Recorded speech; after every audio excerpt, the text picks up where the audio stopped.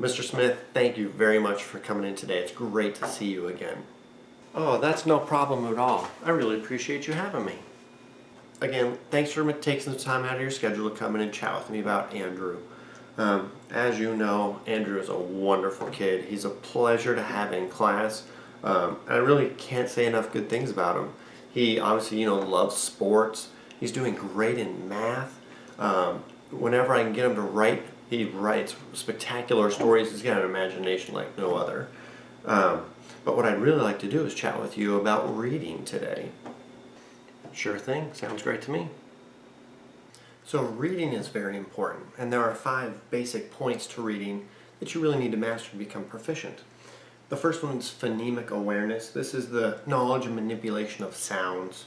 There's phonics, which is the relationship between a written letter and its sound.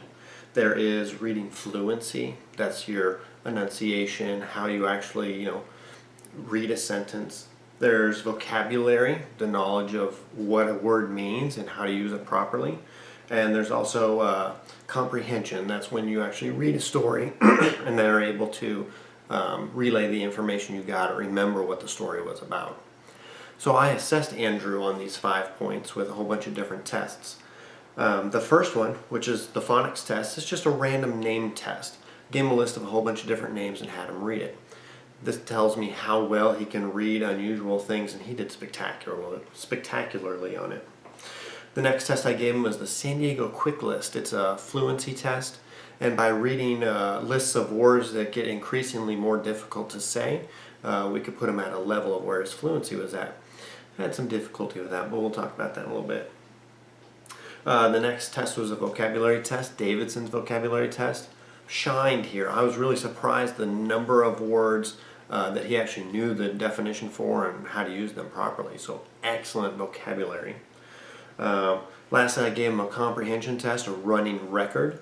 This is where I gave him a small story to read, and then he summarized it for me. I threw questions at him about it, and he was able to answer those questions and make connections back to the story. So did a spectacular job.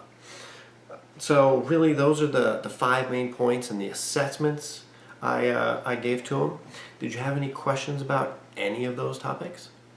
Can you explain what fluency actually is? Like, what is fluency? No, that's a great question. What is fluency? Well, fluency is really the ability to read with accuracy, to read with an appropriate rate, with the proper expression, the correct phrasing. It's really your ability to put words together in a comprehensible sentence, how you enunciate words. So it's not really anything having to do with vocabulary or with the phonemic awareness. It's how you actually say the words all together. Do you understand? I think I got all that. And like I said, this is the only area of concern I have for Andrew, which is great because he's so strong everywhere else. Makes it easy to really focus in on this area and bring him up. So the assessment I used for fluency was the San Diego Quick List. And what it was a whole bunch of words that increased in difficulty to say. And we were able to determine that Andrew really has a 4th grade fluency level.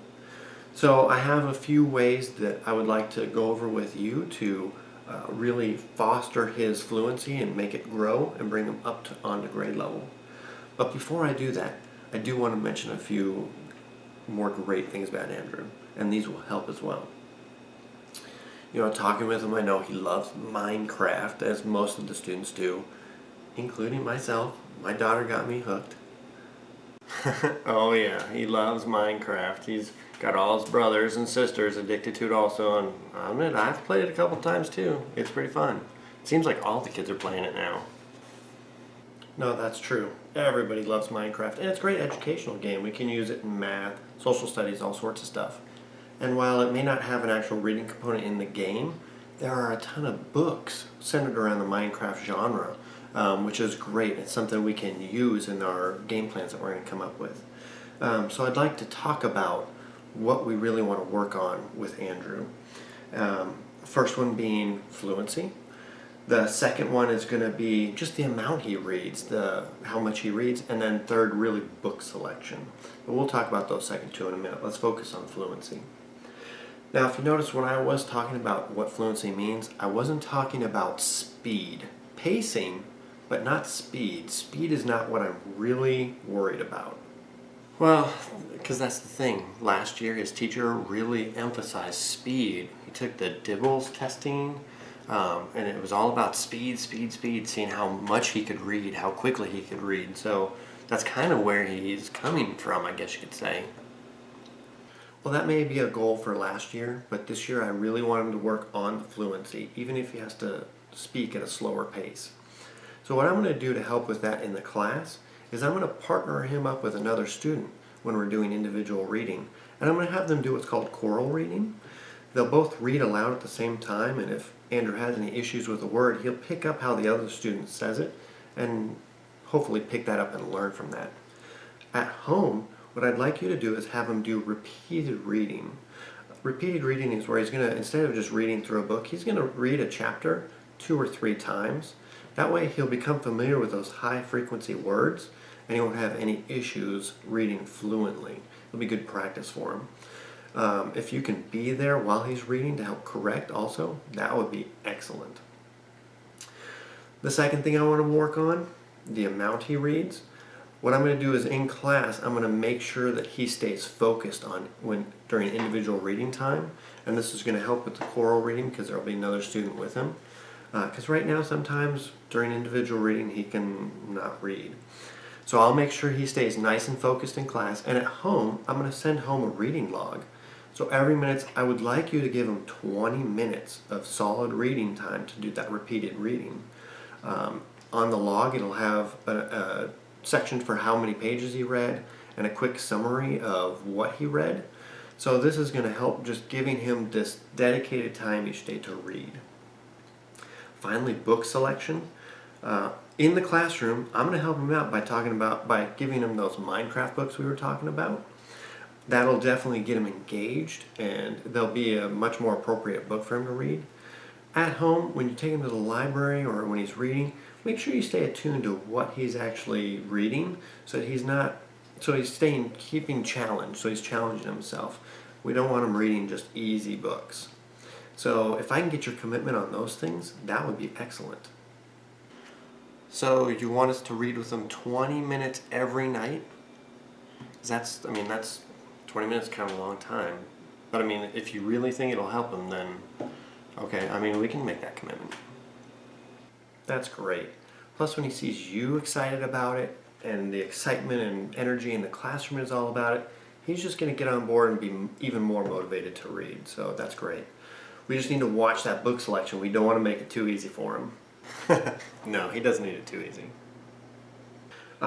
So overall, like I said, Andrew's a great student, great reader. His vocabulary is excellent. His phonemic awareness and phonic awareness is excellent.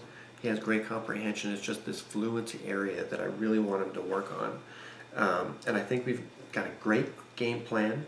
And I think you helping me out is going to be the biggest influence on him.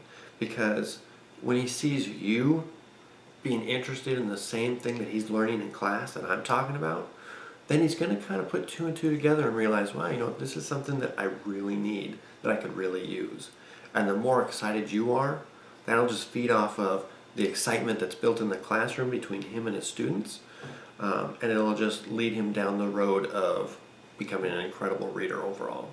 So if I can get that commitment from you, it would be spectacular. No, we can definitely do that. No, so do you have any questions for me? Any clarification or any understanding? So with all of this going on, how are we going to know he's, progressing? How are we going to know this is all making a difference? Absolutely. Follow-up is so important.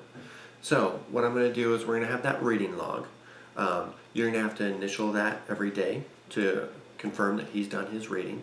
That'll come back to me and I'll initial it to know that I've seen it.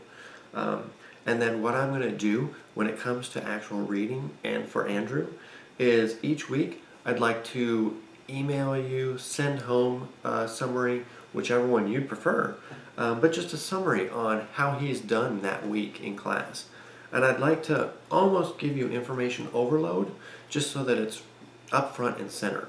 Feel free to share with Andrew because he should have an active interest in motivating himself to be better. So if you can share that with him, have you go over that summary. If you email me back saying got it. If we decide on a paper, you can just sign it and send it back the next week. But that way we'll have ongoing communication and we can see how he's progressing. That would be great because then we know exactly what's going on. Perfect. That's excellent. Anything else? No? All right. Well, again, I appreciate you taking some time out of your schedule to come in. Andrew's such a great kid, and it's great to have a parent who's motivated and involved as well. And I really appreciate it. So, no, I mean, I really appreciate you taking the time to really focus on my son. That's awesome. So I really appreciate it. All right. Have a great day.